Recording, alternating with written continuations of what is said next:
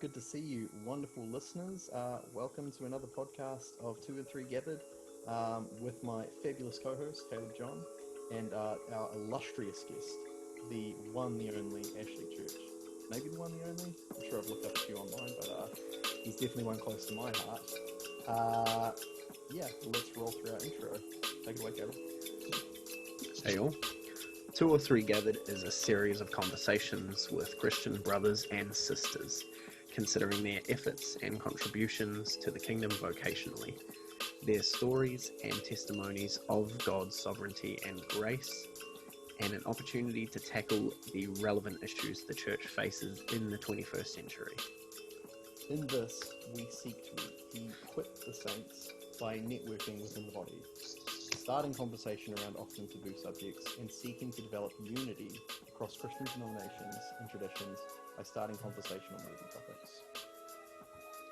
We want to educate the wider body of Christ by asking these experts and people of wisdom across multiple fields hot-button questions and sophisticated questions that we believe there are answers for in Christ's church, but that there are not necessarily access to.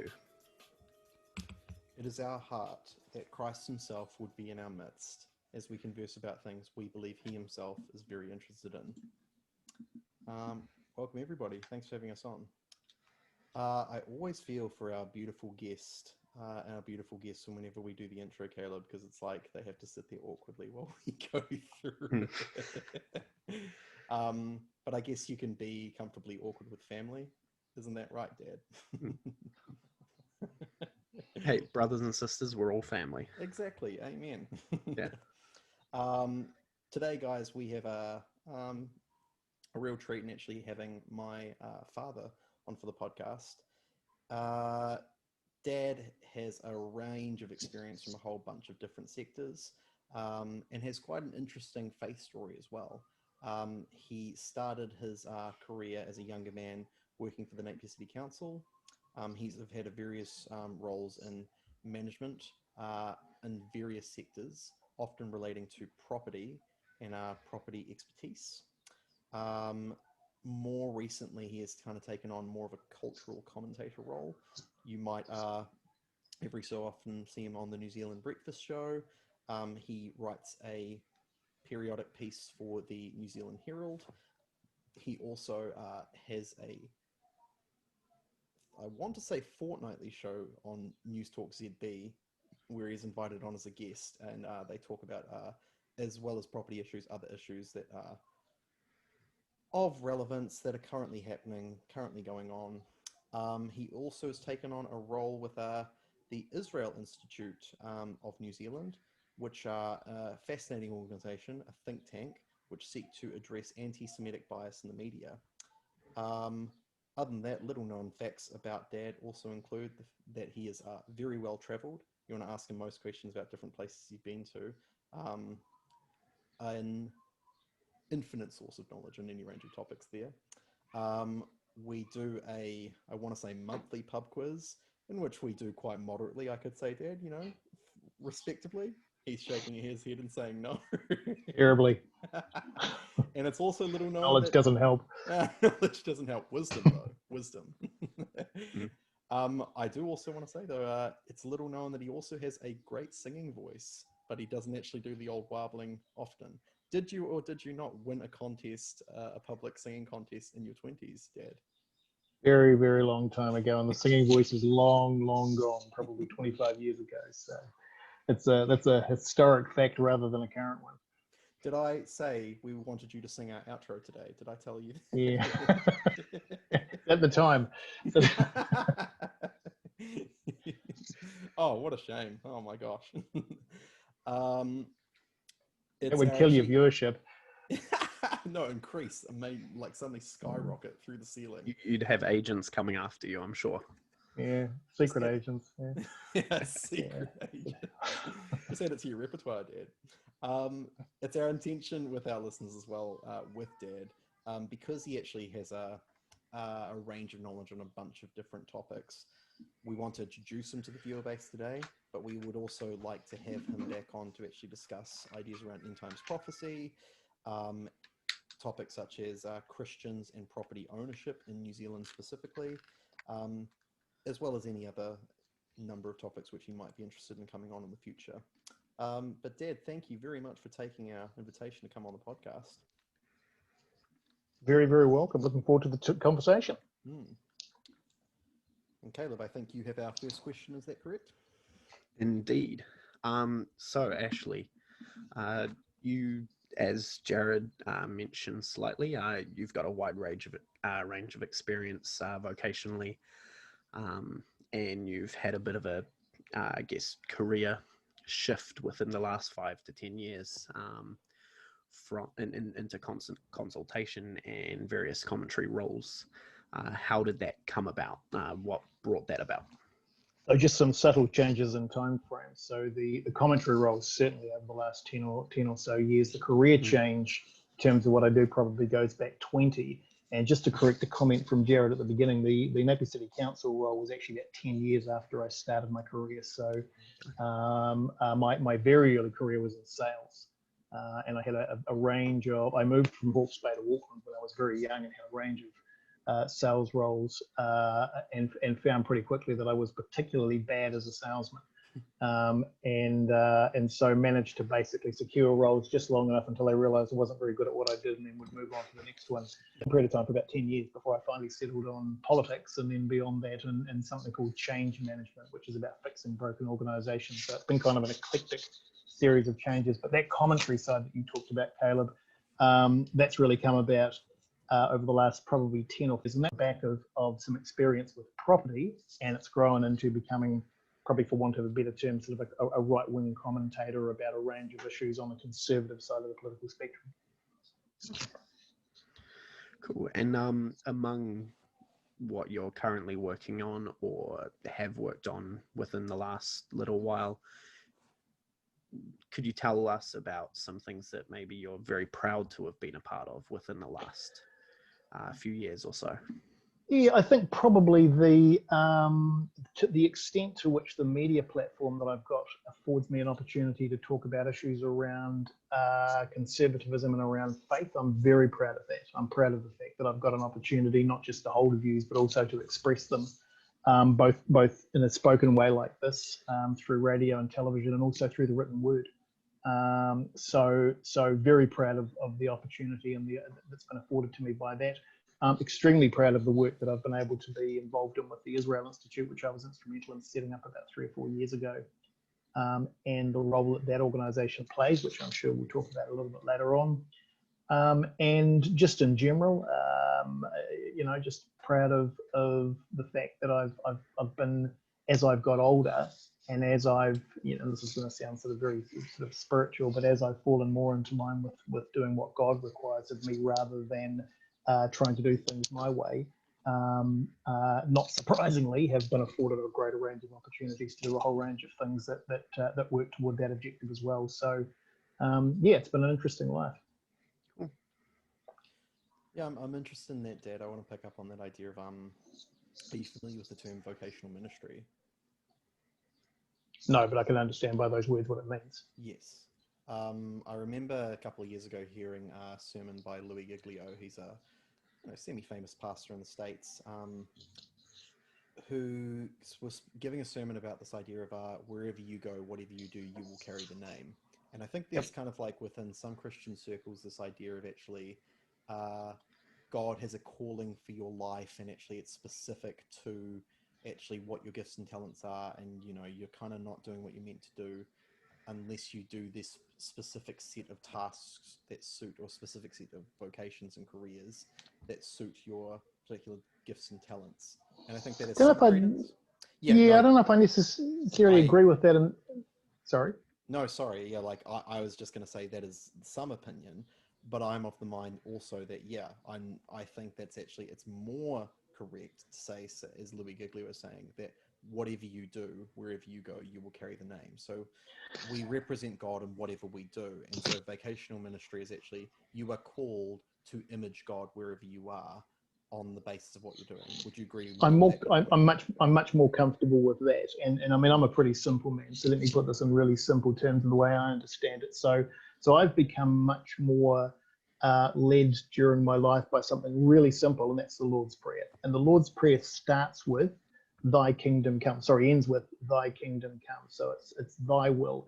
And so what that means to me, that used to just be words to me. It didn't actually mean very much. And when it came to my career and the things that I did, even the things that I did in the context of my Christian faith, they tended to be things that I decided were important, that I thought were things that needed to be done in order to advance what I might have been involved in at the time. As I've got older and as I've taken that very simple prayer more to heart, I've recognized exactly what it means. It means thy will be done. It means each day, starting each day with the premise that I don't know where I'm going to go, but I'm going to do it in the context of doing it for God. I'm going to do it in the way that God wants it to be done. So I don't think it actually matters what you're doing. I don't think it matters whether you're commentating on property or you're working at a department store or you're working as a graphics designer on the internet. Whatever you are doing, if you have that embedded in your head as the premise for your life, what you're doing will be important in the context of advancing the kingdom. I'm very, very clear on that. Yeah, there's an idea present within, say, Proverbs, like the wisdom literature of Scripture, Proverbs specifically. Whenever the word wisdom is referenced, the Hebrew word there translated is chokmah, which I'm sure I can't say correctly because I can't hock the H's correctly. But chokmah has this idea of actually a master craftsman, which actually is, say, planing a piece of wood, knows to go with the grain of the wood. Yes? Sure. So chokmah is kind of this idea that there is a grain in which the universe runs. And it's this idea of absolutes. It's this idea of what's right and wrong.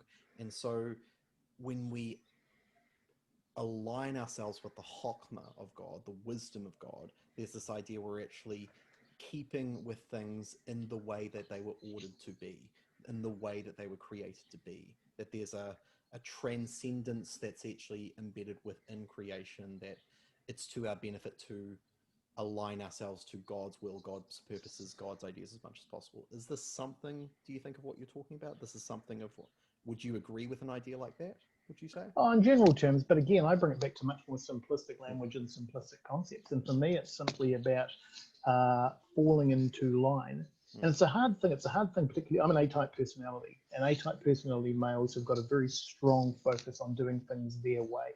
So it doesn't matter whether you're a Christian or you're not. If you have that particular bent, you're going to want to go about life and do things in the way that makes most sense to you. And it's very hard for people like that, and I'm very clearly one of them, to get around this concept of thy will. So this concept of it's not about what I think is the right way to do it. I may well bring some experience and some knowledge to a process to make it happen. And that might be why I was given those skills in the first place. But ultimately, it's about doing what I'm led to do because, and I guess this comes back to my wider theology, because there's a purpose to all of this. Nothing that happens to us happens by accident. Nothing that's happening within the broader context of life is by accident, nor the march of history. So we are but a cog in a larger machine. And as that cog, we're either a cog that works or a cog that doesn't. And I think that's where Christians get it wrong, because I think there's, if you look at what's happened over the last 20 or 30 years in Christendom, and you see what's happened to some great leaders who've fallen, I would say without exception, they've fallen because they've stepped outside of that will of God thing, and they've tried to do things their way and the way. So for me, and it's a hard thing to do, it'll be a difficult thing for me to do for the rest of my life. It's about constantly adhering to falling within the will of what God wants me to do. And I mean, I know it wasn't your intention with this thing to start off sounding all spiritual, but that very much guides my life in that regard. And when my life goes off the rails, as it does from time to time, it's when I forget that stuff. No, I love that, because it's like, clearly this was meant to be, as if we take what you just said to be of consequence, right? That goes with it. Absolutely. Especially if one is all about predestination. Yeah, exactly. Well, that's it. You don't want to get into that debate. But, I actually don't believe in predestination. Not in the sense that it's meant by Calvin anyway. Oh, that's really hard not to actually pursue that grain of truth, but we do have other stuff we want to get into. We'll have to actually have you back to actually explore those ideas. But I am interested in what you actually mentioned about this idea of, I suppose, actually being in these particular roles where you actually have a public face and a public interface. We're in a time in history where I think it's like opinions are very divided. there are very polarized ideas and caricatures of actually this person believes this and this person believes that, and there's not a lot of unity in that diversity. Like, I guess what I'm trying to say on the back of that is, why would you say that your Judeo-Christian perspective on things, as someone who's a commentator and has this public role, is welcome in our times? I think it's like worldview makes it hard for Christians to be able to promote our values in this day and age. Would you agree? So I'll answer that in two ways. Firstly, it was interesting because in the intro you talked about some of the topics that we might discuss. And one of the things you said was that we might talk about what it means to be a Christian in business, which is a really interesting phrase because nobody would have been introduced that way 25 years ago, or probably a bit longer, 30 years ago. Why? Because most people were Christians in business. It wasn't even something you thought about. It was a given that you either were Christian or you at least came from some sort of Christian tradition. The fact that we would even introduce that now into dialogue recognizes inadvertently the fact that society has changed so dramatically that it's kind of a novelty now. It's a weird thing for somebody to be a Christian and to be successful within a business environment. So that's the first thing. And why? If I may interject, you mean a Western context, and you mean a Judeo-Christian civilization? Yes, I do. Yes, I do. Yes, yeah. sorry. And your second point, which I think now Christians are a minority, and I think while our society is underpinned by Judeo-Christian ethics, that's no longer recognised, and so we're a bit like people sitting on a tree and sawing it. And the moment we finish sawing the branch, the branch is going to fall off with us on it, because Judeo-Christianity has created the society that we now seek to destroy. But that's a separate issue. So let me come back to the second part of your question, which is why. And I have found this very weird, reasonably comfortable position where I can express some pretty strong conservative values within a Christian context while continuing to be welcome as a conservative voice. Why has that happened? I'm pretty clear on why it's happened. It's because I don't mince my words.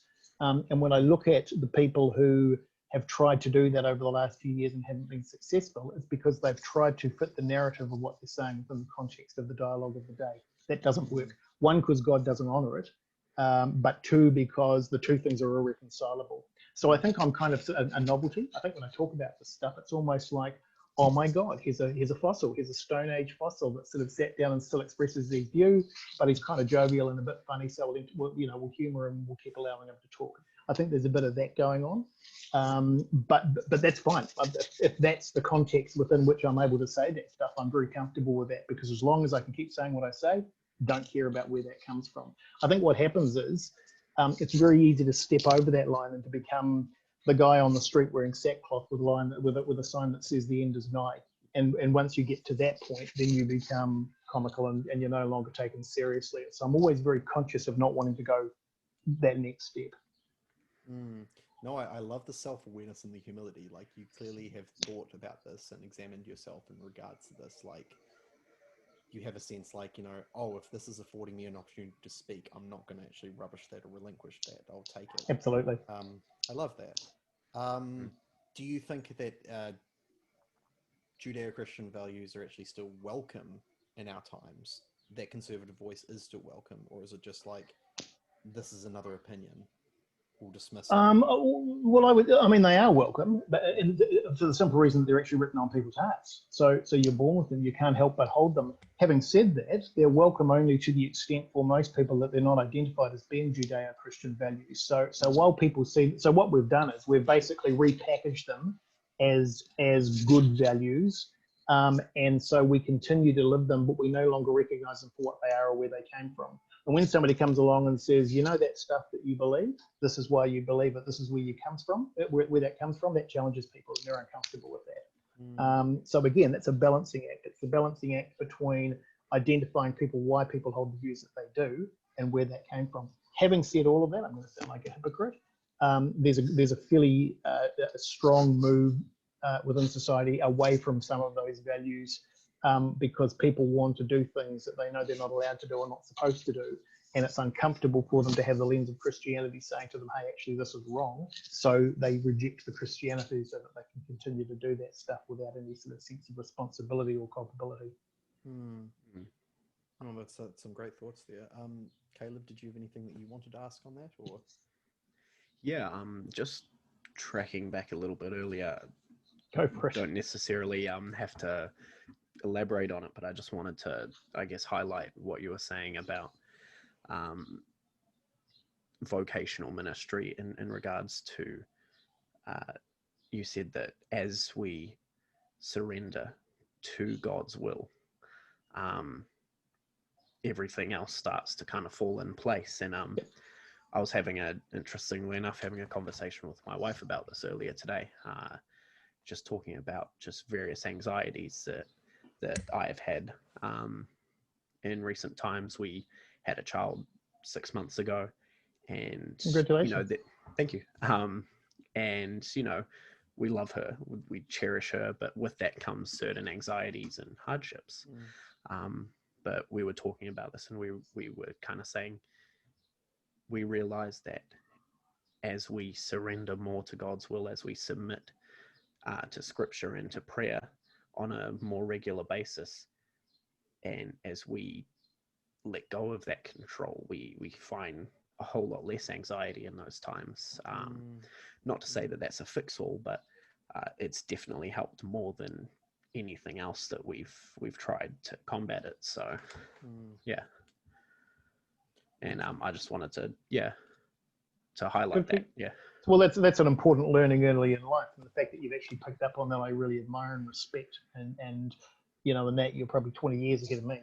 Took me much longer to reach the point where I recognised that, and I went through a very big chunk of my life where was quite happy to do what God wanted, as long as what God wanted was determined by me. The only thing which I can say in mitigation is that's pretty common amongst a lot of Christians, I think. And so, just coming back to what I talked about before, that idea of getting your head around the fact of thy will, and it's those two words, thy will. That's the hard part. That's the bit that we struggle our entire lives to do that, and yet that's what we're here for. That's the entire purpose of our time on this planet. Yeah. It's almost like implicitly, Dad, there's an advocation of, hey, Judeo-Christian worldview, in that you are a lived example of that. You're actually saying you're advocating on personal experience, and on the back of what you're saying to Caleb there. Hey, I've lived this. I've seen the contrast. I know that this works because I'm actually trying to, in this role that I'm a commentator, I'm actually saying I can vouch for this, that this works, and it's a better way to be living. Yeah. I'd go further. That's true, and I'd go further and say, in answer to your question before about how you find yourself in this space and why there is sort of resonance with it. Part of it, I think, is because of that self-awareness that you talked about. Yes. I'm quite comfortable talking about my faults and my foibles, of which there are many. I'm very comfortable talking about the mistakes and the missteps that I've made during the way. And I think, and this is a message for anybody who wants to do this stuff, I think the extent to which you can be honest about that, the more likely you are to actually have some impact in what you're doing. One, because it makes you human, but two, and I think probably more importantly, because it demonstrates to God that you're actually honest in the process of what you're trying to do.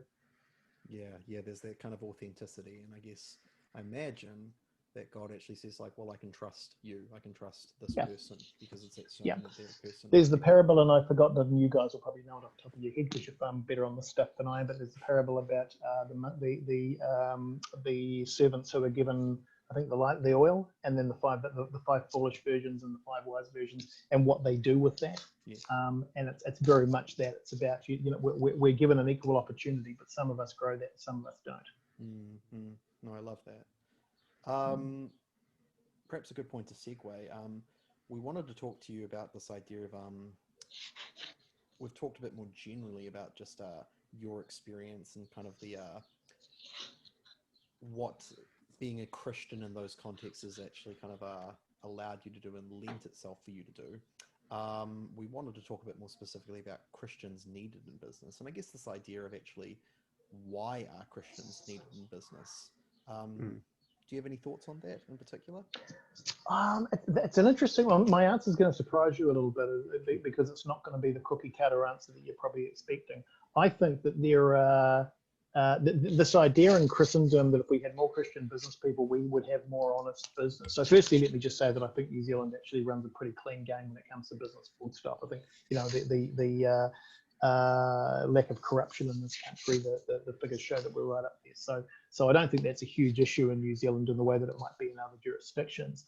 More importantly, I think there's a lot of people out there who aren't Christians, but maintain a set of ethical standards that actually make them pretty honest. And I think, and this is the converse side of this, I think there are some Christians out there in business who are ratbags, who who bring the name of Christianity into disrepute every time the fact that they're Christian or in some sort of Christian leadership is associated with the fact that they've also ripped somebody off in business. So the simplicity of the question around would having more Christians in business be good for business, I think probably oversimplifies the issue. I think what we need more people of faith who are prepared to put into their business activity or to practice in their business activity the things that underpin their faith. Yeah. And I think that's very rare. That's much rarer than you might think it is.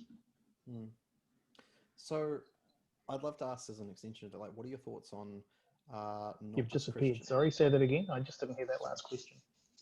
So, like, on the back of actually that explanation and your thoughts on that, I'd love to ask you, what are your thoughts on not just Christians in these fields, but Christian way of doing these things? I spoke to you a little bit about, Caleb and I spoke to you a little bit about vocational ministry. I also have this idea of kingdom professionals. Like, I have a definition which I can actually read out here, and I'd love to get your thoughts on it if I could. Sure. So a kingdom professional, they do not define success in terms of money, job, or status. They do not seek to maximize their income or their security or their status to advance their careers. Instead, they seek to maximize their impact on the people and places to which God has called them. They measure success by their contribution of what God is up to in their neck of his woods. They see themselves as successful to the extent that they are doing what God has called them to do in the place which he has led them in such a manner that their giftedness can be well utilized. What would you make of such an idea? Well, it's a really interesting question, and it comes back to, I suppose if you want to put it in another way, it comes back to the whole question of the rich young ruler. So what must I do to be saved? Sell all and follow me. And so I know that's used by a lot of people, and particularly people on the left, to say, well, you can't reconcile success in business and Christianity. If you're going to make a choice to be successful and within your Christianity, then you must renounce all wealth and all vestiges of success. I've never read that particular scripture that way. I've always read that scripture as being very personal to the person who asked the question, because it's interesting, if you look through the Gospels, each time somebody asked Christ that question, he answered it in a different way. So when that person was asking him, God was getting to the heart of the issue. He was looking right at that person's heart and seeing that he was holding on to possessions and wealth, and therefore the way for him, that guy, to be saved was to sell all and follow me. So I don't think it's necessarily a general adjunct to everybody to say, hey, you must do that. So with that caveat, I think the first thing you've got to do if in that respect is probably give up the Western concept of success. And the irony of that is when you give it up, sometimes God will give it to you. So, but not always. So there are people who give up the Western concept of success and as measured by money and possessions and power, and they will never have those things because it's not their calling to have them, and they'll be effective for God in another way in their life. But equally, there are people who will give up those things or hold them loosely, and they'll be given them in abundance. And I very much fall into that second group. I've along with my wife, as you know, Jared, I've been particularly blessed over the last 10 or 15 years in particular, both financially and a range of other ways. And that's coupled and come along with a period of my life where I've basically let those things go, where I've said, you know what, they're actually not important anymore. And so for whatever reason, and remember, this is an emergent story for me, I'm still going through this process, for whatever reason, those things are a part and parcel of whatever it is I'm being called to do over the rest of my life. But I recognize all through that process to hold them lightly, and that they could disappear at any point, and that's actually not what I'm here for. Anything you'd like to jump in and say, Caleb, or ask Caleb? Well, I guess on the back of that, that kind of relates to a question that I had for you, Ashley. You mentioned as we let go of these things in some cases, and I just want to clarify for our audience, he did say in some cases, that means that God gives it back to us. And let me be sorry to interrupt you, Caleb. Let me be very clear. I am not in any sense an advocate of prosperity doctrine. I think prosperity doctrines are evil. And this idea that if you pray and you do certain things, God's going to reward you by giving you stuff is wrong, and isn't supported. And so I'm not sure if that's where your question was headed, but I just wanted to make that point. That is exactly where I was headed. Right. In regards to the prosperity gospel, how do you see that fitting in with the world of business Christendom, or I don't. Clear answer is I don't. It's a nonsense gospel. It has no basis in faith. And this is a generalization, so forgive me this, but it's an Americanism that's infected the Western Church worldwide. Cool. And I guess on the back of that, what are your views on Christians accumulating wealth? Do you think that's inherently a bad thing, or well, as I say, more of a grey area? No, I don't think it's a grey area at all. If they are active and practicing in their faith, and their life is driven by thy will, and I keep coming back to those two words, and they are accumulating, they're accumulating because God's got a purpose for that, and he is doing that because he's got some purpose for that wealth that's going to play some role in their life at some point in the future. So I'm very clear on that in my mind. If they're doing it because the accumulation of wealth or status or whatever it is that they're pursuing in and of itself is the thing that they're after, then they're clearly out of step with what their faith is about. Cool. Yeah, no, I think that's a great answer, and I think I would probably heavily agree with you there. I think the core of that is, what is the purpose behind the accumulation of said wealth? Yep. Is it to glorify God, or is it to glorify thyself or someone who you're worshipping that's not God? Absolutely. Yeah, like I think that definition of kingdom professional is helpful towards actually, I guess, capitulating and or defining what that could look like and what direction that goes in. Like, I'm reminded of Jesus' own words around, you cannot serve two masters, God and mammon. Like, he's actually trying to say very clearly, is your money a means in which to serve kingdom, or is money the ends, not the means, the end in and of itself? So I think there's like a clear kind of defining of our terms. Absolutely. Yeah. I mean, I'm curious as well, because I asked before just this idea of, but I want to tease this out a little bit more. This thoughts around not just Christians in these fields, but Christians' ways of doing these things. I recall personally and anecdotally, I recall going to a Thinking Matters conference in which Ravi Zacharias, the renowned apologist, was speaking to a New Zealand crowd. This was up in Auckland. But he also had a guest, which was Mark Powell, who was the former CEO of the Warehouse Group, and who was English a guy. guy? What's that? English guy, if I'm thinking of the right guy. Scottish, I believe, yeah. Okay. But he's an interesting character because he came to faith later in his life via a Alpha course based out of the Whangapatoa Baptist Church, which I know reasonably well. I know some of the people who actually fellowship there, or actually have pastored there and been in leadership there. Anyway, he came to Christ in that way. He was a CEO for a time in the Warehouse Group. He's more recently pursued his master's in theology and like apologetics as an extension of that.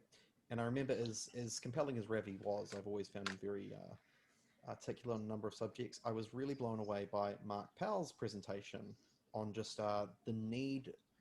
It was a side point to the whole concept of what he was talking about, but the need for Christians in business, because he was saying, although there are an increasing hedging in of domains in which you can actually talk about Christian ethics and values, a place where they are talking about what is value, what is true, what is right, are boardrooms and business context. They're actually talking about, like, in terms of a capitalistic venture, how do we actually sell product in different situations?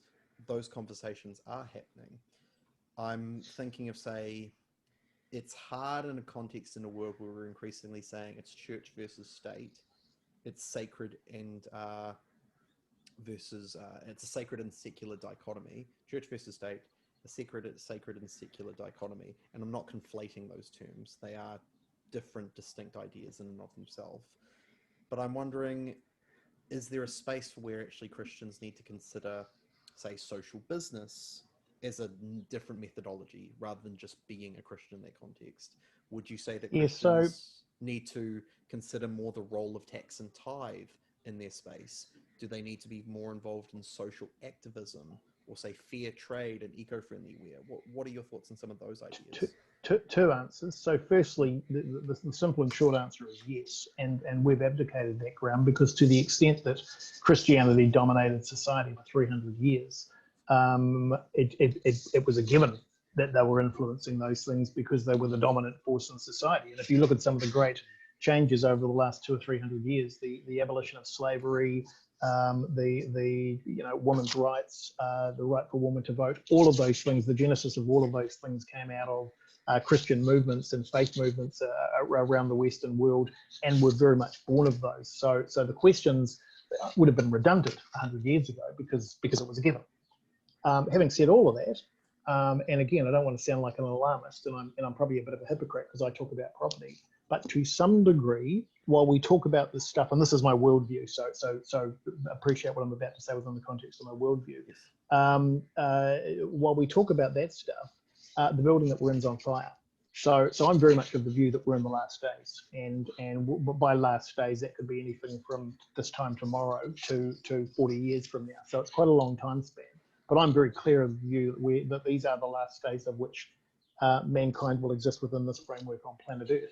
And so when we talk about things like how Christians can engage in society and how they can be more successful in their businesses, we're in a burning building talking about, whether or not the paint's, whether we like the colour of the paint in one room.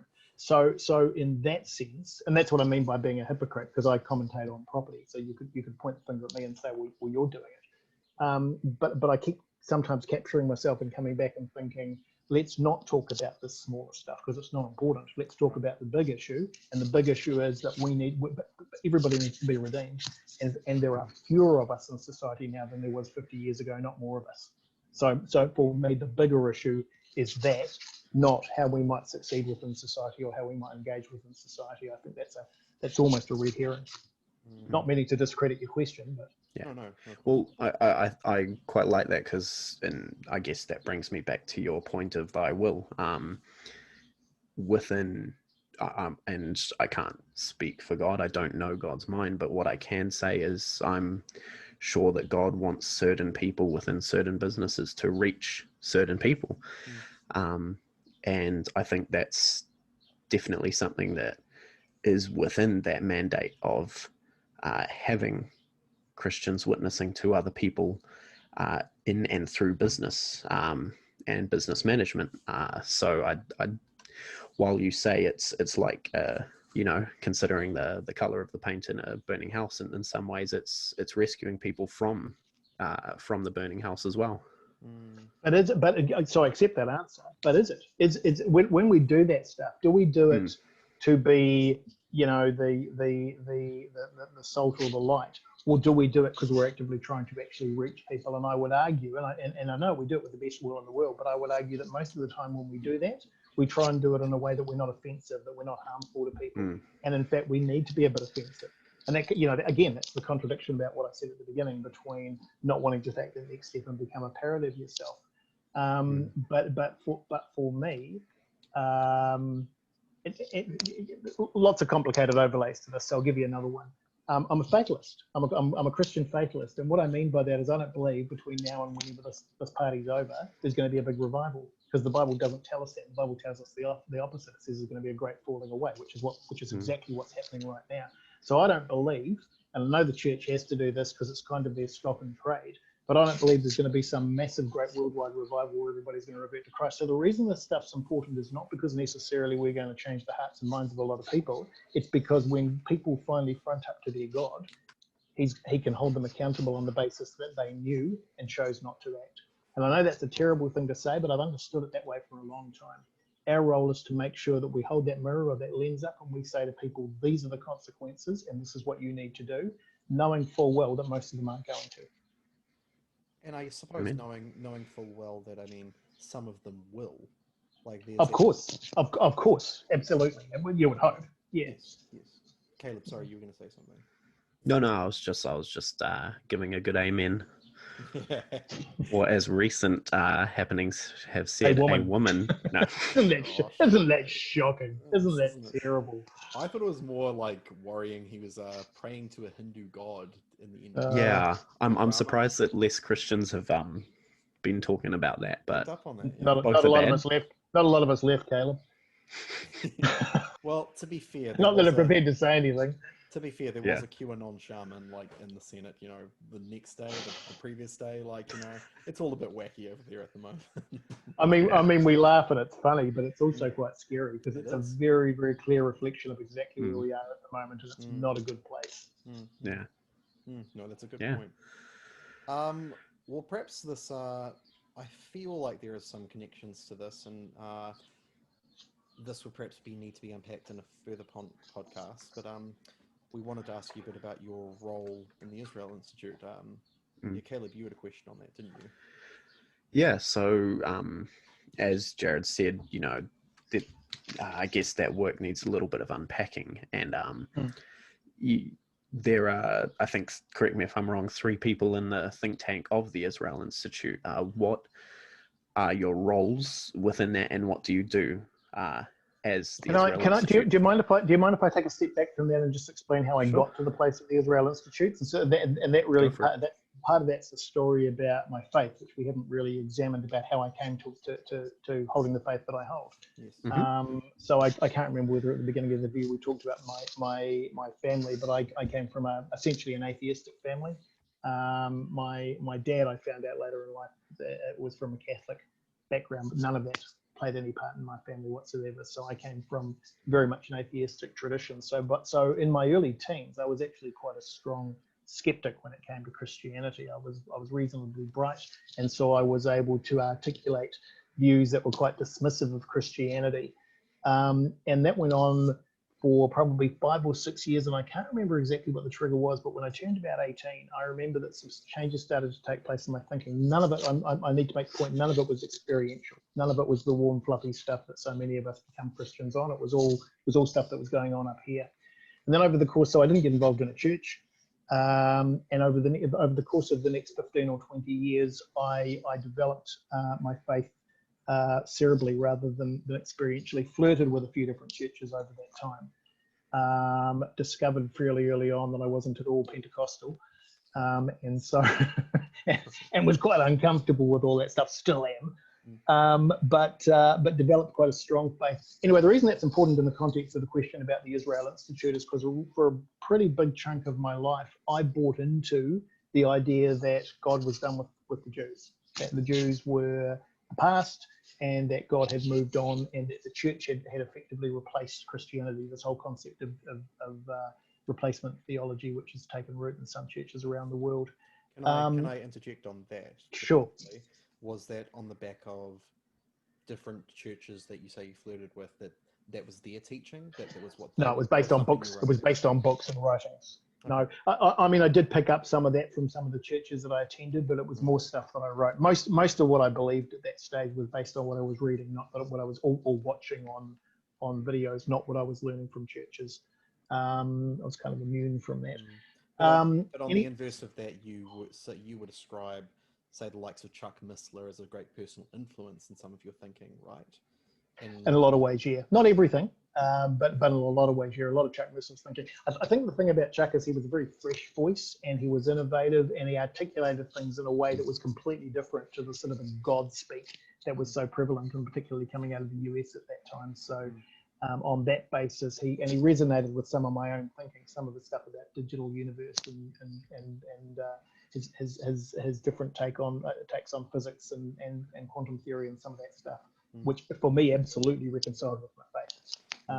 And so that we found that interesting. Anyway, so over the 90s and probably the early 2000s, I started to change my thinking on that, and actually recognizing, and again from some things that I read, that not only was God not done with Israel, but in fact Israel as a nation, and the Jewish people in particular, were absolutely pivotal and absolutely essential to this entire story that all of us are experiencing. And that if you see this thing as I do, which is a big clock that's been winding down for several thousand years and is getting to the end of the process, that Israel is almost the point of that story. And I wouldn't say that happened quickly. It evolved over time. But as it did, and as I became more aware of what that meant, my worldview, my theology, everything that dictated what I do as a Christian changed as a result of that. Fast forward to 2017, Murray McCully, National Party Minister of Trade and Foreign Affairs, was complicit with Senegal, those great democracies, Malaysia, Senegal, Yemen, I think, was the other one, in a resolution to the Security Council, Resolution 2334, which basically criticised Israel on a number of fronts, none of which were accurate. And I was incensed. It was a betrayal of a long-standing friendship and support that New Zealand had had of Israel. It was a betrayal of a long-standing tradition of voting, and most importantly, it wasn't true. And I knew that. And so I looked to see who else was engaged in that issue. I found a guy called Perry Trotter, who runs, in those days, something called Shadows of Shoah, which is now called the Aotearoa Holocaust Foundation. Reached out to him. He introduced me to Dr. David Kuhlman. David's Jewish. He's involved with the Jewish Council and was heavily involved in these matters. And between the three of us, we got together, decided we needed to do something to educate Kiwis about this stuff, and recognise that in the same way that Christianity was on a slippery slope, so was our appreciation of Israel, which had gone from being, as was the whole of the Western world, very supportive of Israel in 1967, to take a year. And over the last, since that period of time, 70 odd years, has declined dramatically. So we set up the Israel Institute, which sounds much grander than it is, I might add. It's the three of us, and it's a company, not a charitable foundation. And set about basically doing what we could to educate Kiwis. Now, I need to say in respect of that while we've had some success, we are largely preaching to the converted. So most of the people who support the Institute are people who you would expect to support it, Jewish community, Christians on the right side of the fence. So in terms of making headway with a wider group, that's still something we're working hard at. That's a difficult task. I know something when I attended one of your the talks that you hosted, or I think it might have been the NZ Conservatives. They hosted a talk in Greenhive. Yes, that was terrible. Yes, I thought you did a good job. My point on bringing that is that one of the things that you were advocating in that talk is that there are these bodies that exist that are advocating for, say, Israel's rights in New Zealand, but there's not a lot of unity between these bodies. No, that's getting better. So that was certainly the case when we set up the Institute. That is getting better. There's a meeting once a year of pro-Israel groups, and there's quite a number of them. Some of them are very small, basically, knitting groups, basically, and others are a little bit more significant. Probably the other major and most significant group other than the Jewish Council is something called the Zionist Federation, which is run at the moment by Rob Berg, and they're actually quite they're quite a strong and effective group as well, although their target group is specifically within the Jewish community, so not to the outside of that community have heard of them. So there does need to be more coordination, and there needs to be more coordination primarily because we're in a very real battle, and that battle is whatever you might think of Israel, you might think of the politics of that nation. It is a Western democracy. It makes mistakes in the same way that any Western democracy does. Sometimes we like the party in power, sometimes we don't.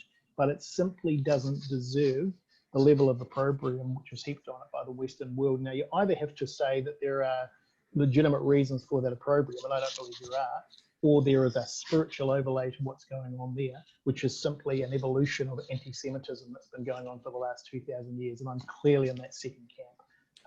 The attacks on Israel have got nothing to do with the political state of Israel. They are a reformation of anti-Semitism and the evil that accompanies that very, very old evil. Well, if I may jump in on that, because I think I want to backtrack a few steps just to say, let me think about actually how I say this. We perhaps actually want to have a further podcast in the future to actually discuss this topic with some nuance, because we're aware that there's a range of opinions on this issue. We're aware that actually, it's not a simple issue. It's been on conversation and being debated by a number of people politically, spiritually, anthropologically for at least 150 years, right? And it's becoming more in the spotlight because of the significance of Israel in the context of all this and the mix of all this. So I just want to say that here, one, to actually extend the invitation, Dad, if you're interested, would love to actually have that conversation. Of course. But also to say to our viewer base, like, we're aware that we're kind of skirting over the top of what are quite sophisticated issues and that they do need a good airing, but we also want to give credit to the good work, I believe good work that is the Israel Institute is doing in trying to address this this anti-Semitic bias in the media. But that's something I feel like I just want to actually take the time for, say, the typical person who's like hearing now about the Israel Institute and they're going like, oh, what's this? What's this all about? I have no idea what's kind of being referred to here. I wondered if you could actually speak to that a little bit and explain that point a little bit, Dad. This idea of anti-Semitic bias in the media in New Zealand and globally, like.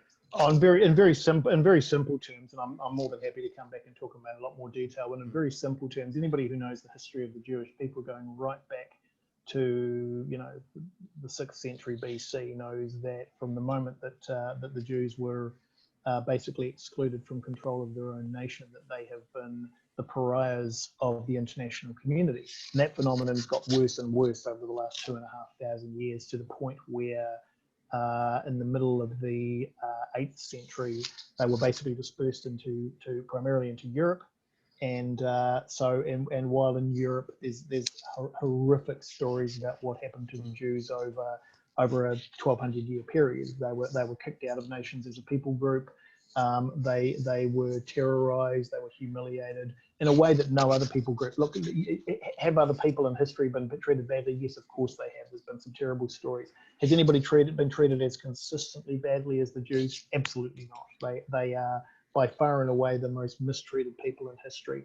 So you go right, and of course that culminated in 1939 to 1945 with the concentration camps and the slaughter of 6 million Jews in Nazi Germany. So there is a story which has a bookend. Ironically, and this is a terrible thing to say, but it's a truism, ironically, the creation of the Jewish state, the modern state of Israel, was almost exclusively as a result of what Hitler did to the Jews in the Second World War. So even that was a fulfillment of prophecy. Anyway, so what happened then? Yeah. So just to finish that. Sorry, you finish your point. Sorry. Yeah, you go ahead. Yeah. So from 1948 onward, which was when the modern state of Israel was formed, what's happened in the world, and incidentally, and I won't get into it now, but I would argue very strongly that the reason that anti-Semitism has happened through that 2,500-year period is to do with a spiritual warfare. I hate to use that term, but I can't think of a better one, which has been prevalent throughout history. That spiritual element to this has simply changed from being attacking a people group to attacking a nation. It's exactly the same phenomenon. It's just gone from being about attacking Jews for being Jews to attacking Israel for being a nation of Jews. And it's for exactly the same reason. Nothing's changed. It's if you understand and buy into my worldview of what this is all about, then it would come as no surprise to you that Israel as a nation would be attacked, because it is the central point of history, and it is the culmination of the plan that, again, to put a spiritual terminology on it, is the whole point of it, this thing that God's got us doing. So what's happened over the last 50 years is the Western world, which for a long time was a supporter of Israel, has become increasingly disenfranchised for a whole range of spurious reasons. And I say spurious, I know people will say, oh, they're legitimate and they're political, but we don't attack other nations for those reasons. We are particularly fastidious in our attack in Israel in a way that we are not toward any other nation, no matter how evil that nation might be and how perverse its practices might be. So that practice, and it's now, over the last 20 or 30 years, it's become prevalent in the media, and the media have a very strong bias. And if we talk about this again, I'll get into it in a lot more detail, against Israel, and frankly just misrepresent a whole range of things that are actually going on. That is not, and I'll finish with this point, that is not to in any way play down the plight of the Palestinians. Palestinian people have got some very real issues that the world community needs to face. I'm happy to go into detail as to what caused those and why they find their way to where they are. But we have characterized that issue as an issue between either Israel or the Palestinians, and it's not. It's an issue where hopefully we can find a resolution that meets the needs of both of those groups. But I have a passion for the Israeli people for all of the reasons that I've described, and I'll go into that in a lot more detail if we have another podcast on that at some point. Caleb, did you want to ask anything on the back of that?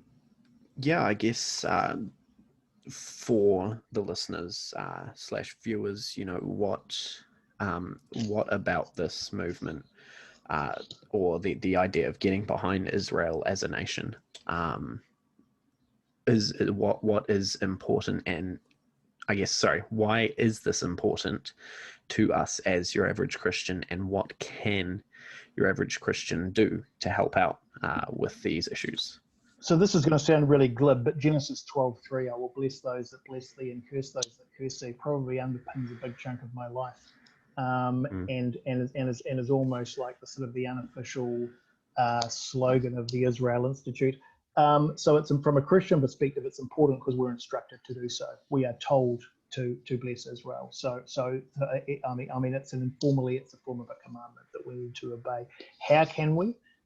There's a range of ways we can do that. The first of those is to challenge misinformation wherever we see it.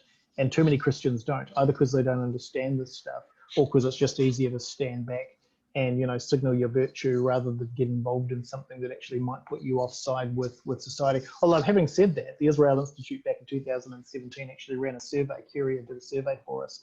And we found that, this will probably surprise you, but even now, even given the barrage and the avalanche of misinformation about Israel over the last 25 years, over 60% of Kiwis are still strongly in support of Israel, and only 13% of Kiwis describe themselves as not supportive of Israel. So that was heartening, but you know, that could slip very quickly if we allow the current phenomenon to continue. So we've got to be constantly vigilant. I want to take something you said there, Dad, about like this idea of misinformation, because like while I acknowledge the spiritual dimension to that dynamic, I'm wondering if you could actually, for the average listener, labour that point a little bit more about motive. Like, what is the reason around, like, you know, if it is fake news, if it is misinformation, like why spread that information where Israel is concerned? Is it the plight of the Palestinians? Is it this sympathy towards the Muslim identity? Like, are you able to kind of extrapolate on any of that? Look, all of the above, and there's some property issues in there, and some legal issues, and some occupational issues, and some other stuff as well, and some issues around the occupied territories and settlements and all that other stuff. Look, I get all that, I understand all that, but those are issues that can be dealt with legally and within a political framework. The stuff I'm talking about is the spiritual stuff. It's the stuff that sits over the top of all of that, and it's stuff that infests. And you know, and now I'm sort of characterizing in a way that I'm uncomfortable with, because I'm sort of, you know, setting up like there's two camps in society, and society is far more nuanced than that.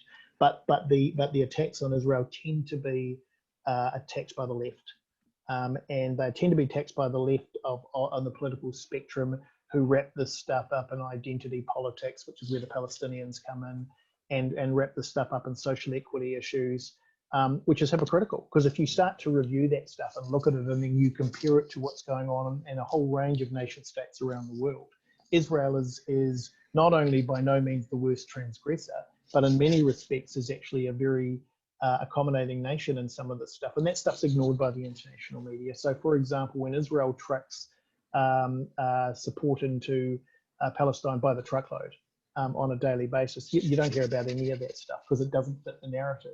What does fit the narrative is if you know, an 18-year-old Israeli kid who's got a rifle and he's just joined the IDF and you know, still coming to terms with his role, accidentally shoots a kid, which is terrible, that makes front page news. That's a headline right throughout the world of the aggressive, the terrible Israelis. And so it's the context. And so you can either say to yourself, there's something terrible going on here to which a light's being shone by the international community, and that's clearly not the case. Or you can say there must be a reason why this is happening. And I'm clear, the reason it's happening is because there is a spiritual element to this that infects the minds of men. And when it does that, it affects the way that they behave, and you start seeing some of the behaviours and some of the viewpoints and some of the political excess that comes about in respect of how Israel is treated worldwide. And look, don't get me wrong, again, I'm a fatalist, so which is going to come through, you know, if we talk again, in the sense that it's my view that this issue won't be resolved. That although the Israel Institute and other organisations worldwide that do what we do are important, that the world attacks and the world hatred of Israel will get worse, not better. And that we will reach a point at some stage in the future where the entire world community is lined up against Israel. Nothing to do with anything Israel's done, entirely to do with a malaise, with a spiritual attitude that affects the minds of men. And I'm sounding like a sort of a, you know, fanatical lunatic now, but there's no other way to describe this stuff. It's very clearly how I feel about it. No, we appreciate that. Sorry, Kelly. Oh no, I was just saying we appreciate that. You know, no matter how much something may make you sound loony, we appreciate no, I'm just kidding. No, we do appreciate honest and open kind of theories and opinion. Mm. Mm. Well, I think as well, like we would definitely welcome if anyone watching this, not long after it's actually uploaded, or 2 years down the track they come across this video. We welcome dialogue, we welcome conversation. We'd love to actually in the comments, or in the media interface around, say, our channel and around our podcast. If you want to converse around some of this stuff, we'd welcome that. Because let me give you an analogy, guys. Let me give you an analogy that might make this a bit easier to understand. Let me compare it to what I do in the property space. So I talk about property a lot. And again, we're probably going to talk about this in another podcast, but let me give you a really simple analogy. So, and you guys will have seen this in the past. Every so often you'll get a headline that will talk about how the property market's going to collapse. Now, and I'll explain to you if we talk about this again in the future why it's not, but the market's not going to collapse. There's a whole range of reasons for that. But it's easier to say that it is. It's easier to say that it is. So that stuff gets headlines. The media loves it because it's salacious and it gets people, thinking and upset. And there's a never-ending supply of people who will say that. So it's very easy to make that statement, even though it's not true. And even though when you empirically look at the market and say what's really going on, you can actually demonstrate very clearly why not only is that not going to happen, but here's why. I compare that to what I just said about Israel and about the issues in the Middle East. It's although I can demonstrate clearly why the way things are portrayed is not actually correct, it's much easier to paint the narrative in that way because it's easy to virtue signal based on that stuff. It's very easy to portray those things in a particular way, and it's salacious and it gets people going. There's kind of a parallel between those two things, if that makes sense. Yeah, kind of on that point, it's a bit of a side point, but we may have forgot to mention one of your previous roles was working for the New Zealand Property Institute as CEO. And on the back of that experience, you've taken other roles, like part of your commentary role is that you're often speaking on issues of property in these different spaces.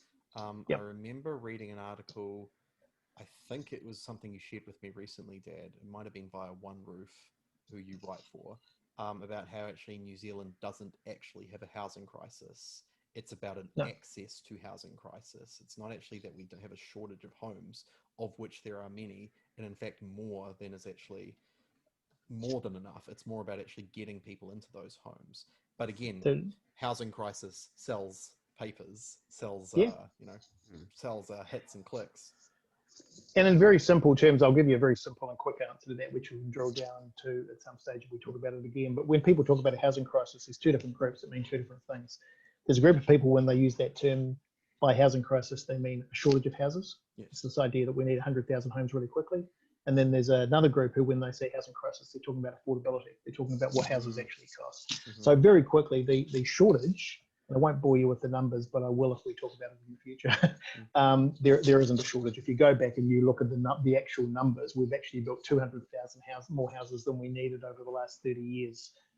So not only do we not have a shortage, but we've actually oversupplied the market. And I can give you some numbers on that. I won't do it at the moment. In terms of affordability, it's actually cheaper to service the mortgage on a home now than it was 30 years ago. So very simple numbers. Back in the 80s and 90s, it cost about 52% of the household income to buy an average house. It costs about 37% of your income to service that mortgage now. And you might say, well, how can that happen? Because house prices have gone up. The reason for that is because interest rates have come down so dramatically. Anyway, so if we don't have a shortage of housing and we don't have affordability crisis, then what is the housing crisis? The housing crisis for me is really clear. It's the inability for young people, some young people, to put together a massive deposit to buy a house. That's the housing crisis. And that was completely self-imposed. The Reserve Bank created those rules that basically said you had to have a minimum deposit in order to buy a home. So that could be done away with the stroke of a pen. In fact, it was during COVID, but the Reserve Bank's now bringing it back. That's the housing crisis. That's the problem with the market, and that could be solved very easily. Yeah, I think on that point, that article that you shared is worth actually, we'll put that in the link in description afterwards, because I think that'd be worth actually, if people are interested, giving a bit of a read and qualifying that. But I think it's worth saying at this point, there are a range of other topics that we could go on to, and it could take the rest of the evening to actually do that justice. I would like to take this time to actually just say at this point, if there is anything in particular that you would like to plug. I mean, obviously, you could speak to the Israel Institute and their role. You are working on a book in a Dan Bren. You are working on a book currently in a Dan Brown-esque style, which I'm really looking forward to reading. You're quite a number of words in at this point, aren't you? But yeah, I'd like to give you the floor to just actually say, is there anything in particular you'd like to, like maybe some influences, like this was a book that I read that was really inspirational for me and might be inspirational for you hosts and you listeners, or this is something I really believe in and is important and I feel needs more notice, needs people to be more aware of. Yeah, just want to give you the floor if you'd like to plug anything at this point then, Dad. Also, just on those two or three things. So firstly, the Israel Institute, the website for the Israel Institute, it's got quite a sophisticated website, and I can say that because I didn't put it together, and I'm just going to find the address to make sure that I get it correct. It's israelinstitute.nz, and that's got some very thoughtful commentary on it and some videos. We actually did a series called I can't remember the name, but we did a series of videos on that site between David Kerman and myself. We did them for Shine TV actually, so they've got quite high production values. So they're worth watching, but some great articles on there, primarily from Dr. David Kerman and from Dr. Cherie Trotter, and well worth viewing. The book that you talked about, yeah, that's a novel, and it's a novel based on my Christian worldview, but it's a secular book. So it's not written for a Christian audience, although I obviously love a Christian audience to read it. It's been written to sound the alarm to people who aren't Christians, but written in a way that's subtle enough that they don't think they're being preached to, but they are. And so that'll be, I'm about 86,000 words into that. It'll probably get to about 110,000. And then that presupposes that I can find a publisher. I might take it to a publisher and they might say, this is a load of nonsense, go away. But so we'll see. So that's in God's hands. And the third one is, and we didn't mention this, is I also have a website of my own, which I from time to time publish thought pieces on, and that's just called ashleychurch.com. And that's got a whole range of stuff. Some of it's political, some of it's housing market, quite a bit of it's Christian. It's an eclectic mix, basically. It's coordinating features that I wrote it. And you might find it interesting. Again, you might find it nonsense, and having read that, it might put you off ever wanting to read any book that I write. But you're welcome to go and have a look. So those are probably the three things I appreciate the opportunity to mention. Of course. And if I can mention as well, like the periodic piece that you write for the Herald. That of course. We find that, for example. So the simplest way to do that is Google my name, and maybe use a search parameter of time. So anything in the last month or the last 6 months or the last year. And there's just lots and lots of them. There's videos and those articles and all sorts of other things that come up.